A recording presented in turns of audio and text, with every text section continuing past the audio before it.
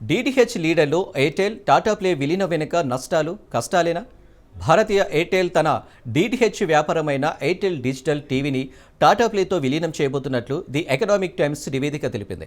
Airtel 52 నుండి 55% majority వాటాను కలిగి ఉండగా టాటా సన్స్, వరల్డ్ డిస్నీతో సహా టాటా ప్లే వాటాదారులు 45 నుండి 48% కలిగి ఉంటారు. టెలికాం, బ్రాడ్బ్యాండ్, డీటీహెచ్ సేవలను కలపడం ద్వారా ఎయిర్టెల్ తన బ్రాడ్బ్యాండ్ ఎంటర్టైన్మెంట్ వ్యాపారాన్ని అభివృద్ధి చేయడంలో ఈ ఒప్పందం సహాయపడుతుందని తెలుస్తుంది. ఇటీవల Reliance, Disney star India, Viacom 18 విలీనంతో ఇండియాలో అతిపెద్ద మీడియా సంస్థ అయిన జియో స్టార్కు మార్గం సుగమం చేసింది.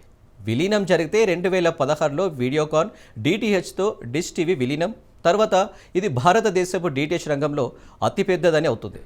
Airtel digital TV Bharti Telemedia కింద ఉంది. టాటా ప్లే 1,90,00,000 గృహాలు మరియు 5 లక్షల బ్రాడ్బ్యాండ్ కస్టమర్లకు యాక్సెస్ లభిస్తుంది. విలీనం తర్వాత 35 మిలియన్లు అంటే 3.5 కోట్ల మంది చెల్లింపు చందాదారులను కలిగి ఉంటుంది. FY24 ఆదాయాలు 7,000 కోట్లకు మించి ఉన్నాయి. ఈ ఒప్పందంతో రెండు గ్రూపుల విలువ ఒక్కొక్కరికి 6 నుంచి 7,000 కోట్లుగా ఉంటుందని మార్కెట్ వర్గాలు అంచనా వేస్తున్నాయి. దేశంలో టీవీ మార్కెట్ కొద్ది కాలంగా తగ్గుతూ వస్తుంది. ఇటీవలి సంవత్సరాలలో చందాదారుల సంఖ్య 120 మిలియన్ల నుండి 84 మిలియన్ల ఇళ్లకు పడిపోయింది.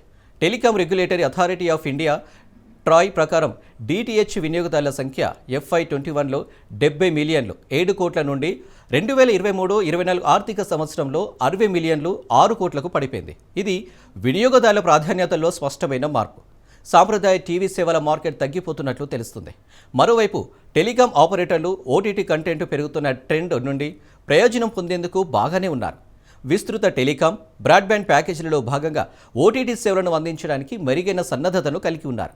ఇంతలో టాటా ప్లేతో సహా డీటీహెచ్ ప్లేయర్లు మీడియా వినియోగం మారుతున్న ప్రకృతి దృశ్యానికి అనుగుణంగా కస్టమర్లను నిలుపుకోవడం కోసం డిజిటల్ సేవలను భారీగా విస్తరిస్తున్నాయి.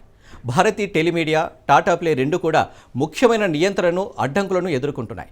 భారతీ టెలిమీడియా బకాయిలు 5,580 కోట్లు, టాటా ప్లే 3,628 కోట్లతో రెండు కంపెనీలు ప్రభుత్వంతో పెండింగ్లో ఉన్న లైసెన్స్ ఫీజు వివాదాలను ఎదుర్కొంటున్నాయి. కరోనా ముందు ఒకప్పుడు $3 బిలియన్ల విలువ కలిగిన టాటా ప్లే దాని విలువ గణనీయంగా $1 బిలియన్లకు పడిపోయింది. సంస్థ ఆర్థిక కష్టాలు, పెరుగుతున్న నష్టాలు, ప్రారంభ పబ్లిక్ ఆఫర్ కోసం ప్రణాళికలు లేకపోవడంతో కలిపి దానిని క్లిష్ట స్థితిలో ఉంచాయి.